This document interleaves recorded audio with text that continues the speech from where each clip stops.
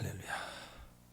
자, 신명기 28장에 축복과 저주의 메시지로 나눠져 있는데, 자, 축복의 내용이 14절까지잖아요. 그죠? 그 다음에 이제 15절에서부터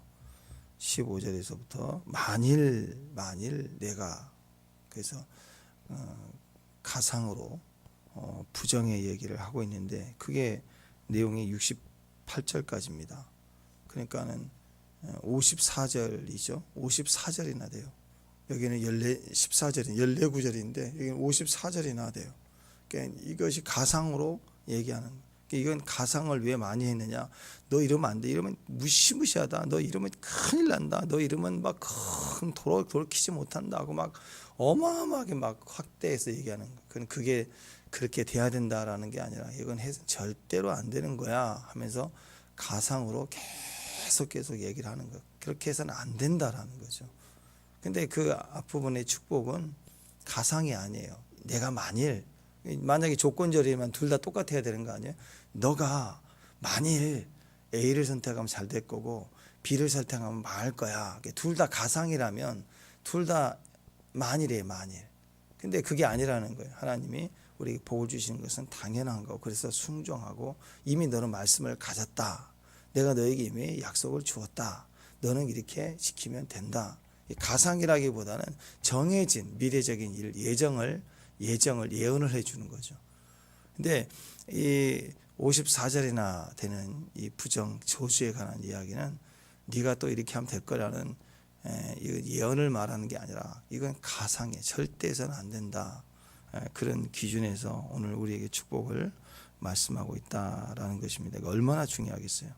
그러니까 28장의 이 축복과 저주의 가장 핵심, 전체가 다 축복입니다.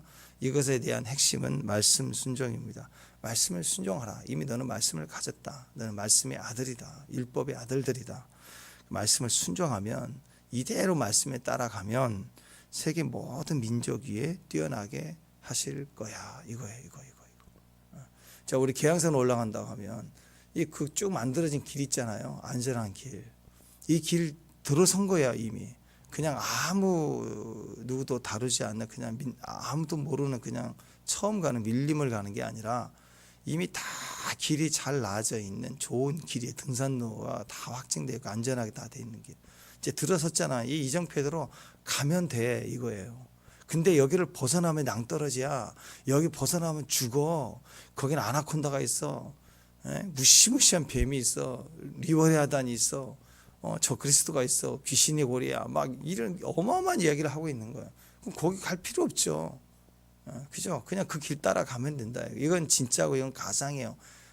가서는 안 된다라는 이야기입니다. 그래서 이 길로만 가면 모든 세계 위에 모든 자가, 모든 민족이 뛰어나게 하실 것이다. 여기에 모든 승리, 또 성취, 축복이 다 들어있다라는 것입니다.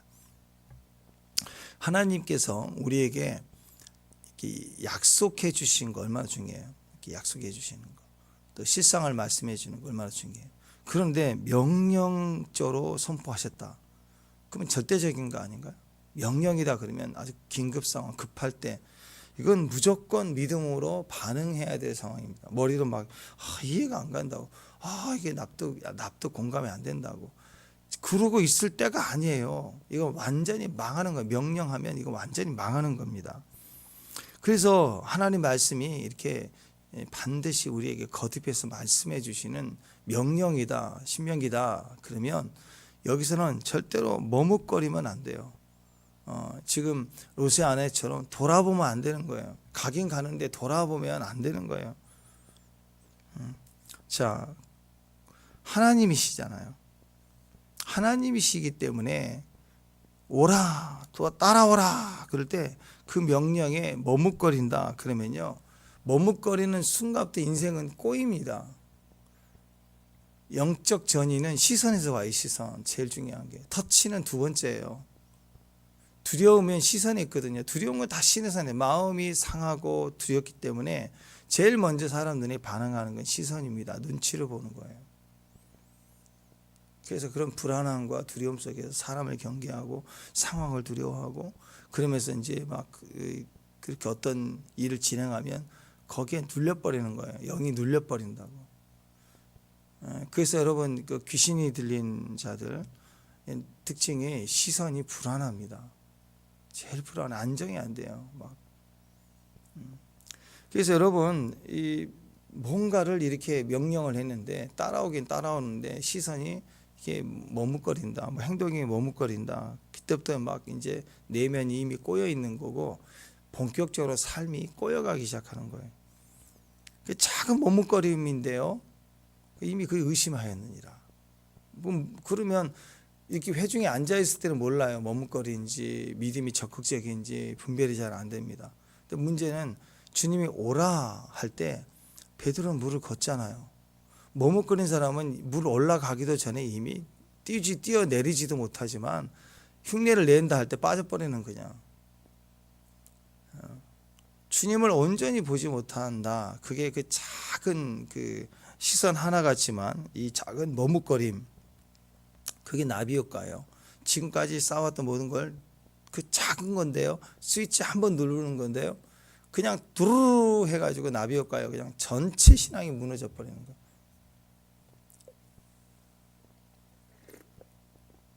독사에게 이렇게 한번 딱 물리면 그 독이 우리 혈관에 그 피를 갖다가 다 젤리 만들어 버리잖아, 못 돌게. 그래서 그 한 번 물린 건데, 그래서 사람이 죽는 거예요. 큰 물고기가 어떻게 낚여요? 뭐 그물로 낚을 수도 있지만 낚시할 때 보면 그 짧은 그 바늘 하나에 고기 탁 물리는 순간 전체가 다 끌려 나오는 거 아니겠습니까? 인생이 그래. 작은 머뭇거림, 영적인 사람들은 그 시선 처리 굉장히 중요합니다. 또 작은 나비가 날개 이렇게 했을 때, 그 나비 효과 그런 얘기 하잖아요. 베이징에서 이렇게 나비가 이렇게 날개짓 하면 그 공진 이렇게 진동의 흐름을 타버리면 이게 뉴욕까지 갈 때는 지구 반대편으로 갈 때는 빌딩을 다 무너뜨리는 힘이다 그러잖아요. 첨단으로 기가 막히게 진동을 또 바람을 다 이렇게 견디도록 그렇게 강한 쇳덩어리로 만든 이런 다리, 큰 대형 다리, 빌딩도 그렇지만요. 이게 다 진동이 있어요. 그냥 뻣뻣하게 강하게 만들면 무너진대요. 작은 진동이. 그래서 이렇게 공진 현상이 있지 않습니까? 조금씩 흔들리도록. 근데 그게 우연치 않게 이 진동하고 바람 진동하고 우연치 않게 몇만 분 일이지만 이게 맞아 떨어지면 무너진대요. 그게. 그네도 이렇게 한번 밀고 올 때 똑같이 부딪히면 사고가 나지만 기다렸다가 얘가 갈 때 확 밀면 살짝 밀어도 멀리 가버리잖아요. 그래서 이 작은 이 날개짓이 작은 머뭇거림이 원수가 볼 때 이게 기가 막히게 좋은 찬스인 거예요. 그래, 머뭇거리네. 얘가 시선이 안 되네. 확 밀어버린다고 그때 전부가 무너진다고. 이거 한번 선악 하나 때문에 인류가 죄로 가는 거예요. 아가서에 보면은 우리를 위하여 여우고 포도원을 호는 작은 여우를 잡으라. 사막 여우 조그만하거든요. 귀여워요. 키우고 싶어요. 그 양념도 안 돼요. 잡아먹지도 못해. 조그만 여우. 얼마나 키가 쫑긋쫑긋하게 돼 있는데. 근데 얘가 포도원을 갖다가 막 포도를 따먹는 게 아니고요. 이 밑으로 구멍을 내갖고 그 뿌리를 다 갉아먹고 다 집을 만들어버리는 거예요. 왔다리 갔다리. 이거 잡아야 돼요. 두더지같이 농사를 다 망친다고. 이 작은 여우의 유혹, 별것도 아닌 것 같은데 한 번인데 이게 인생이 무너져 버리는 거예요. 영혼의 전부가 영이 다 무너져 버리는 거예요. 이걸 용납하는 거, 이런 욕심, 두려움, 염려, 걱정, 이게 죄를 허용하게 돼요. 죄는 거, 하나님을 불신하는 게 죄잖아요. 머뭇거리는 것이 죄를 허용합니다. 거기서 다 무너지는 거예요. 다. 솔로몬 뭐 어마어마한 죄를 짓겠다, 뭐 그렇게 행동한 거 아니잖아요. 작은 미혹, 작은 음녀의 미혹, 말 한마디, 달콤한 말, 이런 거 하나에 계속 무너져가지 않아요. 삼손이 그랬잖아요. 전부가 다 그렇게 무너져가는 것입니다. 그래서 교회는 항상 순결하라, 신부의 모습으로 정결하라, 거룩하라. 또 이게 사명이다 얘기하지 않습니까? 순종 자체는 순전해야 돼요. 어떤 일을 행동으로 했냐 안 했냐가 아니라고요. 중심이고요. 신명기에서 저주와 축복, 그 행동 이렇게 하면 축복, 저렇게 하면 저주, 이렇게 행동 목록을 얘기하는 게 아니라고. 리스트를 우리에게 말해주는 것이 주 목적이 아니에요. 말씀을 순종하면이고 순종치 아니하면이고, 그게 내 마음에 머뭇거림이면 이게 순종하지 않는 거예요. 하긴 하는 몸뚱이는 하는데 주님을 떠난 거라고요. 결혼해서 몸뚱이는 결혼 생활을 하는데 마음은 이미 음녀에 가 있다. 그럼 그거 정상 아닌 거죠. 그죠? 하나님은 그걸 아신다는 거예요. 그래서 이 작은 순종과 불순종 같지만 이 마음의 중심이 순결해야 되고 정리해야 되고 정결해야 되고 깨끗해야 되는 것입니다. 그러니까 지금 딴짓하는 거, 시선 처리 잘못하는 거, 이게 내가 자꾸 뭔가에 이렇게 내가 미혹됐다, 그러니까 자꾸 머뭇거리게 되잖아요. 그건 네 꼴이에요. 네 꼴. 사명 끝이에요. 사명은 끝난 거예요. 그냥 사명 끝나면 데려가시는 거예요. 그냥 그대로 가시는 거예요. 그래서 여우를 잡아야 돼요. 이 포도원, 이 비냐드, 우리의 이 포도원이라는 나의 이 동산에 우리 가정의 영역, 이거 환경이거든요. 근데 공간이에요. 여러분의 방, 여러분 방에 막 바퀴벌레 돌아다니는 게 용납하겠어요? 벌레 돌아다니면 잡아야죠. 조건을, 환경을 바꿔야죠. 끊을 거 끊어야 되고, 또 약을 칠 건 치고 하면서 잡아야죠. 언제까지 같이 살겠어요? 우리 가정, 우리 교회, 서서히 나의 공간의 영역을 정결하게 해야 됩니다. 포도원의 여우를 잡아야 돼요. 자, 그래서 이걸 아예 대충 이해하고 넘어가 버린 거예요. 이게 불순종이거든요. 여기서부터 꼬이기 시작하는 거예요. 전부 15절 이하의 저주의 내용이 다 우리에게 경험으로 들어오기 시작하는 거예요. 큰일 나는 거예요. 이게 들어가 버리면 안 돼요. 실상이 되면 안 돼요. 왜 그 곁길을 벗어나서 등산로 아닌 데를 가서 거기에 묶였네, 물렸네, 넘어졌네, 낭떠러지였네, 왜 산을 이렇게 했냐, 뭐 하늘 삿대지하고 비가 왔냐, 그럴 이유가 없잖아요. 그죠? 그냥 처부터 안 갔으면 되잖아. 그 길로만 가면 돼요. 내가 만들어가는 길이 아니라 만들어져 있는 길, 십자가의 길을 가면 되는 거예요. 그러니까 기억해야 됩니다. 머뭇거림은 모든 것을 다 무너뜨리기 시작합니다. 하나님이 부르시면 그냥 순종해요. 그냥 따르면 돼요. 이게 신명기입니다. 신명기. 따르면 된다. 뭐 별거 없어요. 너무 단순해요. 그러니까 이 말대로 가면 내면이 복잡할 이유가 없어요. 일단 등산로로 가면 복잡할 일이 없다고. 그냥 쭉 힘들면 쉬었다 가고, 또 김밥 한 줄 먹고 가고, 이렇게 가면 돼요. 벤치가 있으면 앉으면 되고. 근데 거기를 나서니까 거기서부터 길이 있나 없나, 이 길이 어디로 이어지는 건가, 막 복잡해지기 시작해. 방향은 내가 거기 때부터는 길이 아니니까 따라가는 게 아니라 내가 길을 확인해야 돼요. 그래서 내가 방향을 여기가 맞나 저기가 맞나 자기 결정을 해야 되고, 막 복잡해지게 자기가 책임져야 되는 일이 벌어지기 시작하는 겁니다. 하나님이 부르시면 단순히 그냥 네 하고 따라가면 돼요. 네 하고. 15절 이하부터는 혹시라도 너희가 이것을 넘어가면 안 된다, 이거 하면 절대로 안 된다, 이걸 쭉 설명하면서 더 확실하고 무섭도록 우리에게 경고를 하고 계시는 것입니다. 이렇게 된다라는 예언이 아닙니다. 이것은 가상이에요. 얼마나 위험한지 그걸 확인해 주고 돌아서게 하시는 거죠. 자, 그런데 불행히도 실제로 이스라엘은 역사상 뭐 여러 번 있었지만 가장 크게 이 불순종으로 깨져버렸죠. 제일 첫 번째는 뭐예요? 출애굽 이 당시에 이 말씀을 줬는데도 바로 가지 못하고 38년 플러스 더해서 꼭 40년을 뺑뺑 돌았어요. 그것도 보면요, 40년 내내 이 광야를 뺑뺑 돈 것도 아닙니다. 거의 가데스바네 광야 위쪽에서 주로 많이 머물렀어요. 주로 많이. 그냥 하나님 그렇게 고생시킨 게 아니라고. 40년 내내 2, 3일 간격으로 해서 행중만 한 게 아니라고. 그 얼마나 답답해요, 하나님. 그냥 그 앞인데 한 세대가 끝날 때까지 기다려 주시는. 자, 출애굽 당시 바로 이 말씀이 떨어지는 광야 40년이라는 시간을 또 보내게 되죠. 또 불행히도 남유다 북이스라엘 하나씩 다 멸망하고 나중에 바벨론 포로 70년 동안 다 뺏겨서 성전까지 뺏겨서 가잖아요. 70년 만에 다시 돌아오게 하시죠. 이 신명기 말씀대로 불행히도 불순종으로 말미암아 하지 마라, 가지 마라, 가서는 안 된다라는 걸 다 경험하고 와요. 이게 무지한 거죠. 똑똑했기 때문에 불순종한 거고, 그 결과적으로는 다 알려주는데도 무지하게 되었다라는 것입니다. 그러니까 여러분, 불순종은 너무 이게 무서운 거예요. 그냥 해도 되는 게 아니라 해서는 안 되는 거예요. 절대로 불순종하면 큰일 납니다. 순종, 우리에게 하나님의 28장에는 축복, 불순종, 나머지 54구절의 저주. 이게 정확합니다. 정확해. 이 머뭇거리는 잠깐 그게 에덴 동산에서부터 시작됐잖아요. 불순종했던 인류가 망하게 됐어요. 하나님께 들이대는, 대적했다, 목이 곧은 백성이다. 이게 전부 그런 의도가 되어 있다라는 거죠.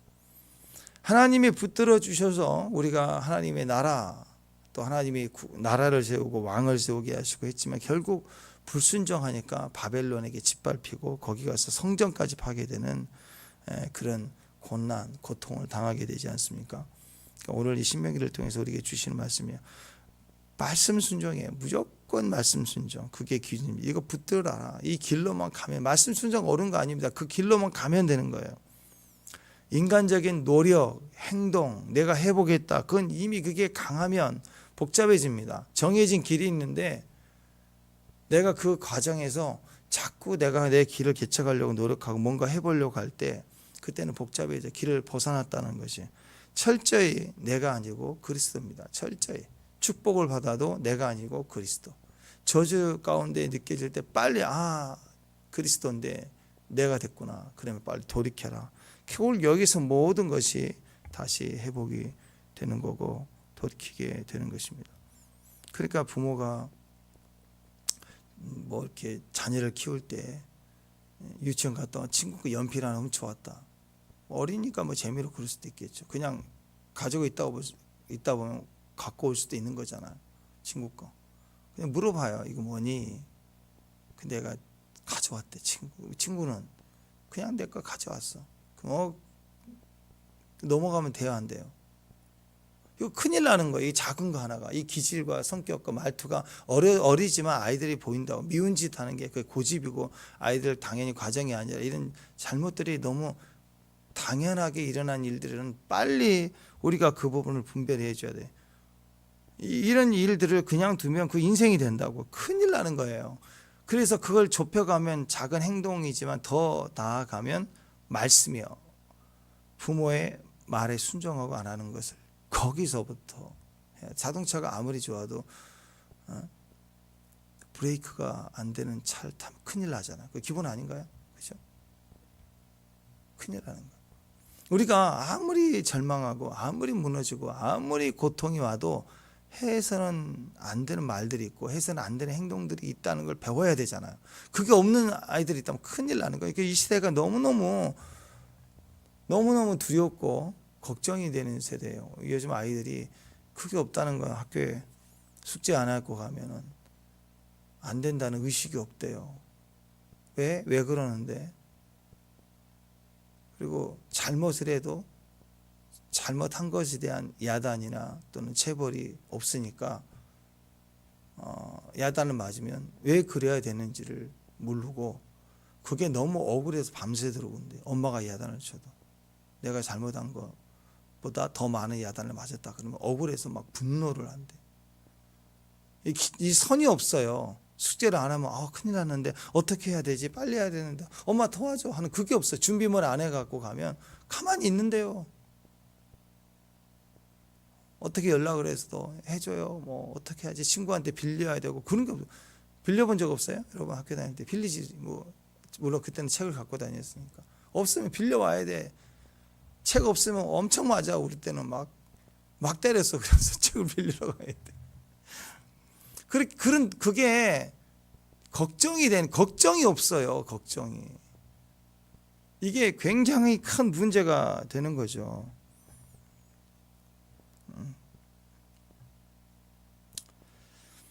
자, 왜 하나님은 우리에게 이 모든 것들을 미리 이렇게 말씀해 주셨고 보여주셨는가? 문제가 있을 때 그래 내가 말대로 했지 너 박살 내버린다 하고 막 때리기 위해서 그런 게 아니고, 문제를 당할 때 미리 말씀해 주신 것들을 생각함으로 인해서 그걸 갖다가 박살 내고 문제를 이기는 게 아니라 품어내서, 그 상황을 품어내서 녹여내라는 거예요. 문제를 녹여내라는 거예요.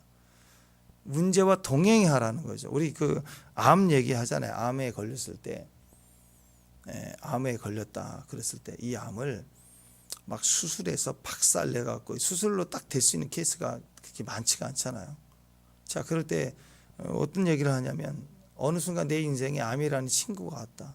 근데 이 친구는 너무 까다롭고 힘든 친구야. 근데 같이 가야 될 만한 친구라면 이 친구의 특성을 알아서 내가 조절해서 걸어가 동행해야 되지 않겠냐 라고 마음을 이렇게 비우고, 당장 끊어낼 친구가 아니라 어차피 동행할 친구라면, 같은 버스를 탔다면 자기가 내릴 때까지, 내가 내보낼 수 없다면 내릴 때까지는 이 친구의 거칠고 습성, 잠을 안 자는 시간, 자는 시간, 이걸 내가 알고 배워서 조절해 가면 되지 않겠냐. 좋은 친구처럼 다루기 시작할 때 우리는 문제가 아무것도 없다라는 이야기를 해요. 그와 같은 거예요. 어떤 삶의 문제가 올 때 막 당장 기겁을 하고 쫓아내야 끊어내야 될 그런 발작 증세가 아니라 그냥 품어서 녹여내버리려고 하는 것처럼 주의 말씀을 가지고 가는 거. 음식도 그렇잖아요. 음식이 들어올 때 아무리 좋은 음식도 이렇게 들어가 버리면 소화만 되는 문제가 아니라 씹는 거죠. 씹어야 돼. 아무리 거칠어도 딱딱해도 씹어내서 잘게 부스려서 이게 내려가면 그게 괜찮대요. 조선 왕조의 시대 그 임금들이 빨리 죽었던 이유도 전부 부드러운 음식만 먹어가지고 그렇대. 소화만 잘 되게 한다는 생각만 가지고 이빨을 사용하지 않고 치아를 사용하지 않고 그냥 거친 것도 먹지 않고 좋은 것만 먹고 껍질은 절대 안 먹고 막 이런 결과라고 하지 않습니까? 문제가 없어져야 잘 사는 게 아니고, 그러면 문제가 전혀 눈물 한 방 흘리지 않도록 키워놓으면 애 바보 돼요. 그걸 부딪혀가고 그 수준에서 경험하면서 자라가게 하고 염려도 하고 걱정도 하고 불안하기도 하면서, 그러나 실력으로 또 노력해서 이길 수 있도록 도와주고 이렇게 해 나가는 거잖아요. 이 문제를 부딪혀가서 기다리고 안 되는 영역이 있으면 기도하고, 이걸 어려서부터 배워 나가야 되는 것입니다. 이 치아를 가지고 이렇게 씹어내는 과정을 통해서 뇌 활동뿐만 아니라 모든 게 다 연결이 되어 있는 거 아니겠습니까? 많이 씹으면 된다. 딱딱하면 많이 씹으면 된다. 그래서 막 씹고 침으로 이렇게 섞여서 들어가는 과정을 통해서 다 소화가 되고 전체 건강이 되고 오히려 유익이 될 수 있다. 이런 거 아니겠습니까? 녹여내는 게, 문제는 곱씹어야 돼요. 말씀을 곱씹어야 되고, 그 말씀을 따라서 환경도 막 해석해 가는 거, 기도로 해석하고 또 예배로 해석해 가고, 이럴 때 그 문제 속에서 우리는 더 건강해져 가고 강해져 가는 백성이 된다라는 것입니다. 자, 예를 들어 핍박이라는 문제가 왔어요. 핍박이 왔어요. 그럼 이겨내리라, 물리치리라, 내가 이제 이기고 이기리라, 저 원수들을 다 끊어내 버릴 거야, 다 저 원수들을 쫓아버릴 거다, 막 이런 식으로 이렇게 가지 말라는 거예요. 이 핍박은 대부분이 영적인 의미를 더 가지고 있습니다. 그냥 나를 보면 괜히 미워서 막 핍박하고 막 이런 경우는 약간 드물어요. 뭐 우리가 천재성을 가졌다, 갑자기 막 낙하산처럼 막 이렇게 금수저처럼 막 그렇게 보일 때 또 핍박하고 싫어하는 사람도 있겠지만, 뭐 갑자기 샛별처럼 그냥 이렇게 뭐 연예인이 확 뜬 듯이 막 그렇게 되고 막 그럴 때 시기한 사람 좀 있을 거예요. 핍박이 있을 수도 있습니다. 그거 외에는 대부분 내 안에 기질과 더 내면 깊은 내 상태와 내 표현과 이 연관되어 있는 거예요. 괜히 미워한 사람 없다고. 그걸 봐야 되는 거예요. 그걸 내 혈과 육으로 너는 대적, 내가 이긴다, 뭐 이런 식으로 계속 싸워가면 안 돼요. 무엇로 얘기해야 돼? 그 사람이 아니라 우리는 예배로 이겨야 돼. 예배를 드리는 건 먼저 내 자신부터 꺾어내야 되잖아, 그죠? 그가 아니라 이 상태, 이 핍박받는 상황이 억울한 나, 이게 예배로 가면 억울한 내가 아니라 내가 더 내 안에 있는 혐의와 내 자신의 태도와 또 내 안에 여러 가지 묻혀있는 것들, 또 이런 쓴뿌리들이 보인다고. 이것부터 내가 이겨내. 예배로 갈 때 나부터 제물을 삼거든요. 내가 십자가를 가는 거거든요. 나부터 이겨내고 깨지는 것을 통해서 이상하죠. 정말 우리 삶에 그럴 때가 있어요. 내가 어떤 문제, A란 사람과의 문제인데 내 삶의 어떤 부분이 회개가 되고 용서가 되는데요. 이 문제가 그 다음날 당장 그 사람 태도가 이상하게 바뀌어 있는 경우가 있어요. 이상하게 물질도 돈을 벌어야 빚을 갚아야 되는데 어느 순간 하나님께서 이것을 갚아주신다고. 근데 그 과정 속에 내가 주 앞에 순종하고 대가를 지불하고 꺾여지는 일이 있다고요. 그러니까 세상의 논리와 판단과 계획으로 움직이는 게 아니라고. 그 내려놓은 그 선교사님, 이영규 선교사님인가, 그분 그 책에 보면 거기 나오잖아요. 비자 문제가 해결이 안 돼가지고 막 어려운데 그게 안 되면 또 나갔다 와야 되고 막 좀 복잡해지는데, 그래서 이거 걱정이 돼서 막 캔슬 당하니까 걱정이 돼가지고 기도를 하는데 어떤 사람과의 관계가 생각나서 막 회개했대요. 그건 그거고 기도할 때 느껴지는 것을 철저히 회개하고 미안하다고. 그래서 마음을 딱 정리하고 나니까 대사관에서 연락이 왔어. 이번에 해주기로 했다고. 딱 연락이 오고. 이런 삶에서 이분이 철저히 경험을 한 거예요. 그러니까 내려놓고 그 다음에 더 큰 일을 해야 되니까 더 내려놓고 뭐 책이 그러잖아요. 더 내려. 내가 회개하고 용서하는 것이 내 환경에 책임을 지는 거예요. 그래서 환경에 생각지도 못했던 축복이 흡수해 들어오는 거예요. 저주가 나가게 되는 일이 있어요. 우리가 축사할 때도 막 나가 예수의 권세로 쫓아내기도 하지만 계속 명령하는데도 계속 현상만 있지 안 나가는 경우가 있거든요. 그때는 쫓아내는 게 아니에요. 그냥 안아주고 나중에 차분하게 물어봐야 돼요. 그 마음이 어땠는지, 어떤 사람이 떠올랐는지, 옛날에 어떤 그런 이야기들을 풀어가야 돼요. 그래서 회개시키고 용서하고 화해시키고 그리고 축사를 해야 돼요. 그래야 나가는 거거든요. 그러니까 이게 다 내 내면과 연결돼 있어요. 그래서 어떤 상황이든 상대를 보는 게 아니고 문제를 보는 게 아니고 예배로 이겨야 돼요. 예배로 내 자신부터 들어가야 되는 거예요. 그러면 투명하게 올라오는 거죠. 36절에 보면 너희가 조상도 알지 못하는 나라로 끌려간다. 이게 단순한 말 같지만 실제로 다른 나라로 끌려가면요, 그냥 이게 집없고 서러울 정도가 아니라 거기 가면 다른 신을 섬겨야 돼요. 다른 신을, 하나님을 섬기라 그랬더니 다른 신을 막 섬겼잖아요. 그러니까 하나님을 비참하게. 근데 반대로 이제 끌려가가지고 자기들이 그토록 하나님을 버리고 다른 신을 섬기기를, 우상을 섬기기를 좋아했는데 진짜 끌려가서 그 우상신을 섬기도록 강요받을 때는요, 어떤 일이 벌어질까요? 막 뒤집어지는 거예요. 그때서 깨달은 거예요. 하나님을 예배하는 게 얼마나 큰 축복인가. 그러니까 하나님을 예배하라 그러면 불순종의 무리들이 막 대적자들이 일어나죠. 근데 반대로 끌려가서 이제 그래 마음대로 섬겨라, 그들 강요받아서 이방신을 섬기라 그럴 때는 의인들이 막 나오는 거예요. 거기서 진짜 의인들이 막 나오는, 거기를 저항하는. 그러니까 우리 태생이요, 죄와 너무 친하기 때문에 꼭 이 청개구리 기질이 있어갖고 하라 그러면 또 안 하려고 그러고, 그래? 그럼 하지 마 하고 아예 또 다 뺏어버리면 또 하고 싶어 한다고. 그래서 이 밀당을 하나님이 하실 때가 있어요. 너 예배 드리라고 안 하고 삐적거리면 예배를 못 드리도록 막 바쁘게 하시든지, 아니면 예배 드려도 드릴 수 없도록 교회 한번 오는 것도 힘들도록 그냥 병원에 보내버리든지. 그러면 그때서 막 진짜 알아요. 내가 너무 예배하고 싶은데, 교회밥 먹고 싶은데 막 생긴다고. 막 저번에 엄청 맛있던데 막 그제서야 집밥이 생각난다니까. 집밥 밖에서 나가서 진짜 개고생 한번 해봐야, 아이고 우리 엄마 맨날 또 된장찌개야 막 이랬는데 그게 막 너무너무 먹고 싶은 날이 온다고요, 진짜. 그래서 우리가 그 과정을 통해서 탕자 보세요. 박살나고 나니까 집밥 먹고 싶어서 오잖아요. 품꾼이라도 좋으니 집밥 먹고 싶다고.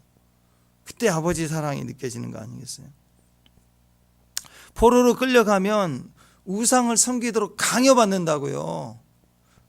그게 최악의 상태인데 그걸 통해서 진짜 내 안에 나다운 신앙이 막 튀어나와 올라오기 시작해요. 여러분, 블레셋 전쟁에서 법궤 뺏기니까 어떻게 해? 법궤를 뺏기니까 다곤 신당이 집어넣어가지고 다곤 토막내 버리죠.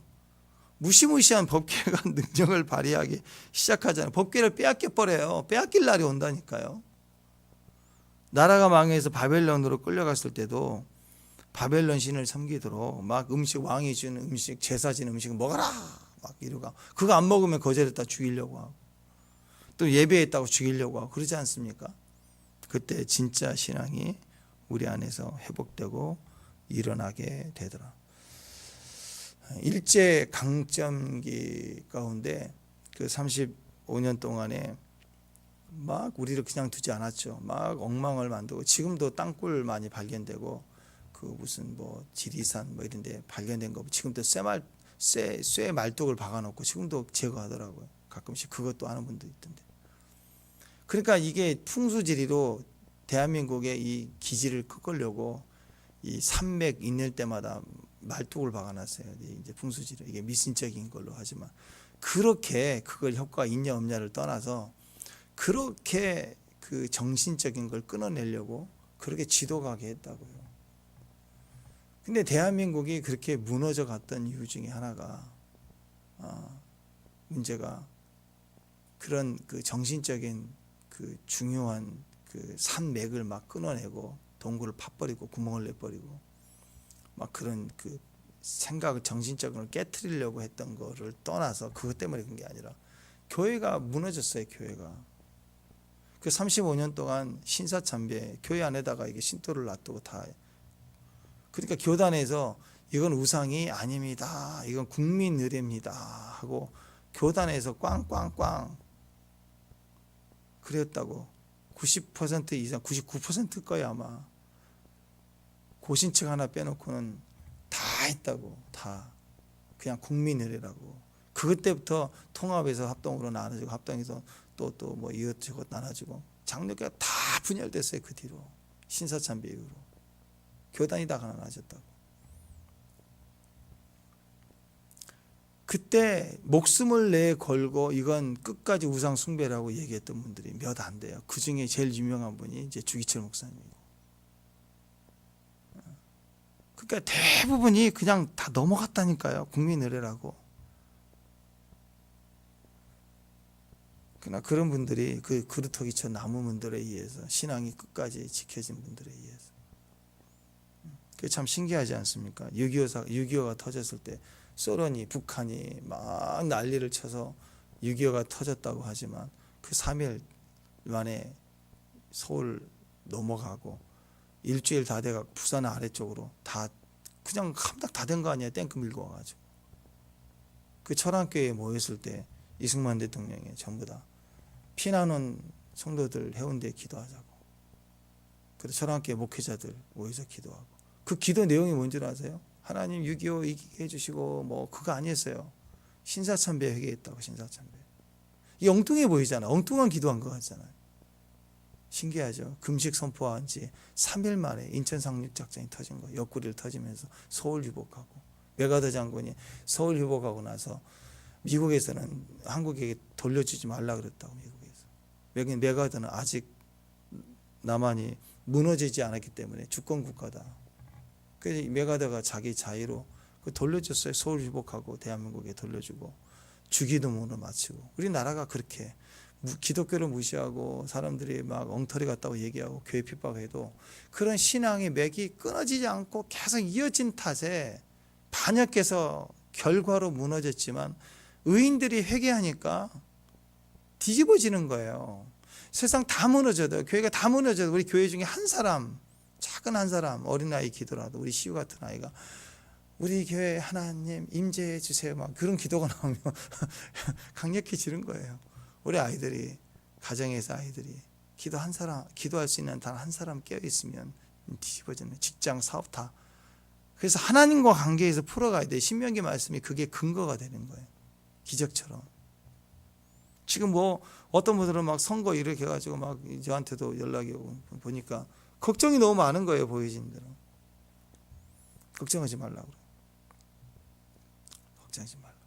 오늘 이런 일들 오히려 더 하나님을 대적하는 분들이 힘을 얻을 때 드러나거든요. 드러나가지고 이 코로나 때보다 그건 아무것도 아닌 거예요. 성경책 읽으면 뭐 발의해서 걸린다 정도가 아니라 아예 대놓고 통제하는 일들이 교회를 막 압박하는 일들은 좀 일어났으면 좋겠었잖아요. 그래야 진짜와 가짜가 더 드러나고 그때 일어나는 진짜 한 사람이면 나라가 뒤집힌 일이 일어난다. 기독교는 저항을 받아야 돼요. 핍박을 받아야 되는 거예요. 그럴 때 우리가 우리의 길을 가게 됨으로 이기는 거예요. 좌우로 치우치지 않으면 그냥 이기게 돼 있어요. 그때 주기철 목사님 그 일 유명하지 않습니까? 그때 막 잡아가 가지고요 막 핍박을 해요. 막 때리고 고문하고 막 무시무시하게 고문을 해요. 그러고 나서 너 회유하러 가잖아요. 예수 부인하라고. 그럴 때 끝까지 버티면 그 다음에 뭐 한 줄 아세요? 이게 제일 어려운 시험이에요. 그냥 집으로 2, 3일 돌려보낸대. 2, 3일. 집에 가면 따뜻한 가정, 아이들, 부모님 안아서 울고 밥 먹고 위로받고 딱 3일 되면 데려간대. 회유하는 거야. 따뜻한 사랑을 경험하고 데려가려고 하면서 한마디 더 하죠. 여기 있을래 갈래. 딱 한마디면 다 넘어진대. 다. 가정의 따뜻함 여기서 다 무너진대. 그걸 다 포기하고 감옥에 가겠다고 하는 게 어렵다는 거죠. 얼마나 치밀하게 그렇게 무너뜨리려고 하는지 몰라요. 근데 주기철 목사님 사모님 다 뭐 그런 얘기 하잖아요. 우리 남편 아니다. 오지 마라. 들어오지 마라. 문전박대. 우리 남편은 감옥에 있다. 그렇잖아요. 그런 거. 그 어머니 그렇잖아요. 막. 인간은 두렵고 떨고 그렇다고. 그 믿음의 가족들이 서 있었어요.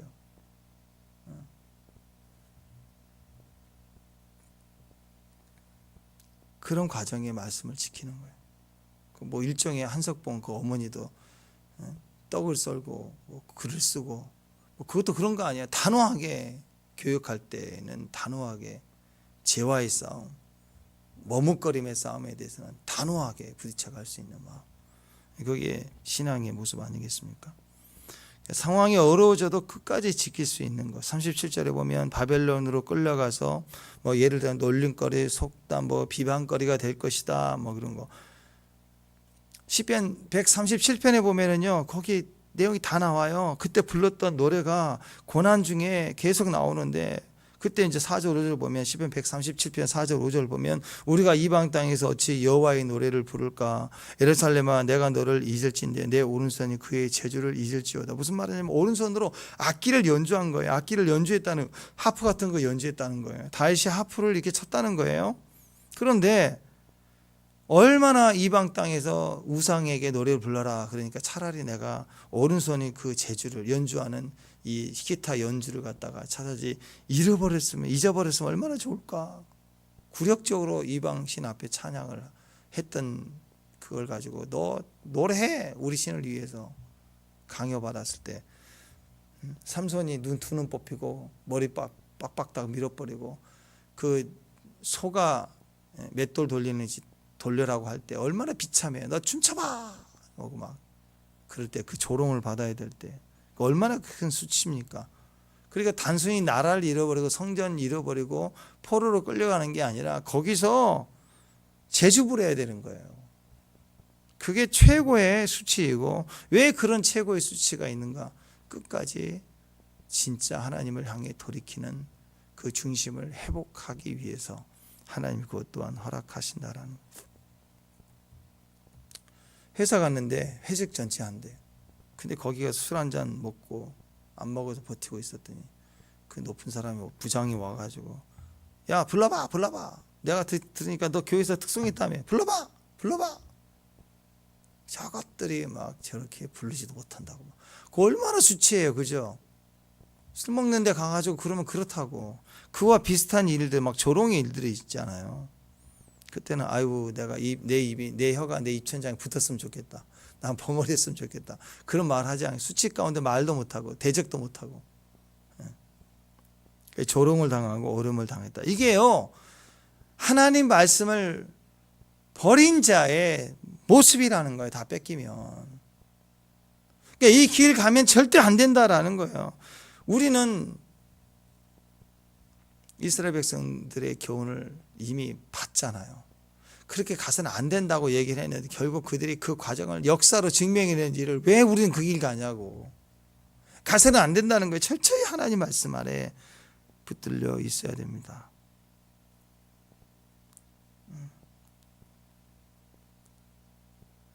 하나님께 철저히 붙들려 가야 됩니다. 지금도요, 예배 마음껏 드릴 수 있는 게 많지 않습니다. 지금 선교지 같은 데 가면 찬송가 크게 못 부르는 곳 많아요. 심지어 우리나라도 아파트가 많아지다 보니까 아파트 가정 안에서 찬송가 부르면 막 연락 오고 막 그래. 제가 전도 살 때만 해도요, 이렇게 그 분당 지역 이렇게 금요일 날 구역 예배 드리러 가면 벌써 빨리 온 교회들은 찬송 소리가 다 여기저기 주차하면 들렸다고.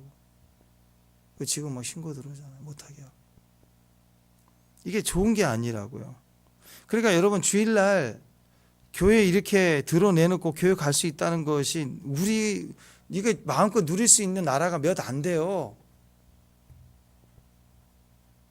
막 억압적으로 못하게 하든지 테러가 일어나든지 아니면 너무 선진국 돼 갖고 막 그걸 막 개인주의 이런 상황에서 못하게 되는 문화가 돼가지고 힘들게 되는 것인지. 그래서 주일날 한번 마음 편히 큰 소리 예배 드리는 게 그게 기쁨이고 그게 꿈인 사람들이 있다니까요.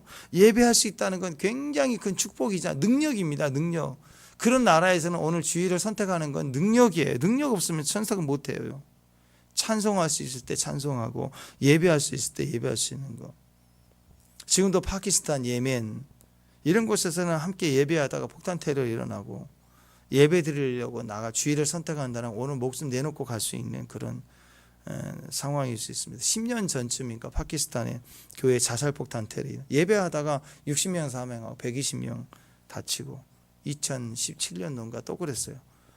그러니까 계속 그리스도인의 얼굴에 주님을 예배하는 그 감격과 기쁨이 있는 동시에 죽음의 영이 있다고. 초대교회 성들도 그래서 오늘 잡히면 죽는 거예요. 그 두려움이 항상 영적 전쟁 가운데 전쟁에 막 폭탄 지금 이스라엘이 이란 공격 와가지고 지금 막 또 터졌잖아요. 막 이런 폭탄이 터지니까 막 불안해요.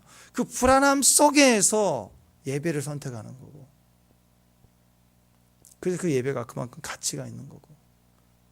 내가 예배를 지키고 말씀을 지키니까 말씀이 우리를 지켜주는 일들이 일어나고 이렇게 주님과 함께 가는 거, 이 영적으로 풀어가는 일들이 현장이 있다고. 현장. 그리고 우리 현장에는 항상 구분이 너무 잘 되는 거예요. 육신은 육신이고 주일만 영이고 이렇게 되는. 그게 아니다라는 거죠. 진짜는 이렇게 죽을 수도 있는 두려움의 영이 계속 공격받는 저주의 격길이 더 많죠. 길은 딱 하나니까, 등산로 길은 딱 하나니까 양쪽 좌우는 다 낭떠러지는데 저주의 위험은 항상 있는 거예요. 그러나 걱정할 게 없죠. 그 길을 따라가면 되는 거니까. 그래서 평강과 기쁨이 예배 중에 감격이 있는 거예요. 오늘 내가 주일날 예배 드리면서 폭탄 테러가 나서 죽을 수 있다. 그 파키스탄 거기 그렇잖아요. 보니까 그냥 폭탄을 이고 들어온 거예요. 강대상에 뛰어 올라오는 거예요. 웃으면서 터져버렸네. 지금도 있나 모르겠네. 너무 참혹해요. 그래서 목사님 시신 막 박혀 있고 막 분해되고 다 죽었어요. 그런 위험 속에 그렇다면 한 번 예배 또 한 주간 오늘 하루가 너무 소중하겠죠. 그럴 수도 있다 그러면, 오늘 폭탄이 터질 수 있다 그러면. 그러니까 진짜 영성은 하루 영성입니다. 하루를 최선을 다해서 주의 말씀을, 그리고 오늘 떠난다라는 마음을 가져도 부족함이 없도록 마음껏 용서하고 사랑해주고, 그리고 하루하루를 기쁨으로 주님을 맞이하고 가야 돼요. 거기에 무슨 용서치 못하고 미움이 있겠어요. 다 풀어내고 가야죠. 진짜 사랑하면서 목숨 걸고 사랑해야 돼. 목숨 걸고 신앙해야 돼. 목숨 걸고 찬양하고 예배해야 돼. 네. 어제 우리 주일날 낮에 예배 드릴 때 성령 임재가 굉장히 강했습니다. 아침부터들. 그래서 아마 집에 가셔서 오후에 막 졸리고 피곤하고 막 조신 분도 있었을 거예요. 막 졸음이 밀려 점점점 강해지면 그래요. 점점. 그만큼 예배를 방해하기도 하고 주 앞에 나가는 거 방해하기도 하지만 동시에 임재가 우리에게 축축한 옷을 입듯이 강해져 갈 거예요. 그러니까 우리는 그 길 가는 거예요. 상황이 어떻더라도. 기억하십시오. 바빌론 포로로 끌려갔잖아요. 오늘 이 저주 가운데 다 들어갔어요. 근데 그 중에서요, 예배드리는 백성만 돌아왔다. 고레스가 가! 우리 세금으로 가게 해. 성전 지어. 그랬더니 이방 땅에 갔던 이스라엘 백성들 70만에 야 돌아오자. 안 돌아왔어요. 몇 년에 걸쳐서 돌아와요. 거기서 너무 잘 살기 좋으니까. 제일 먼저 돌아온 백성들이 예배자, 예배 성벽 재건하고 성전 세우고 뜨거운 백성들만 돌아왔다고. 예배자들이 먼저예요. 예배자들이. 어떤 저주에도 어떤 상황에서도 예배자들이 살아남고 예배자들이 돌아오고 예배자들이 승리하고 할렐루야. 예배자들은 모든 것을 부흥케 합니다. 남은 자 예배자들, 예배의 큰 축복을 가진 저와 여러분 되시길 바랍니다. 기도하겠습니다. 하나님, 신명기에서 말하는 축복의 사람, 예배자 되기를 원합니다. 귀한 종들 되게 하옵소서. 예수님의 이름으로 기도합니다.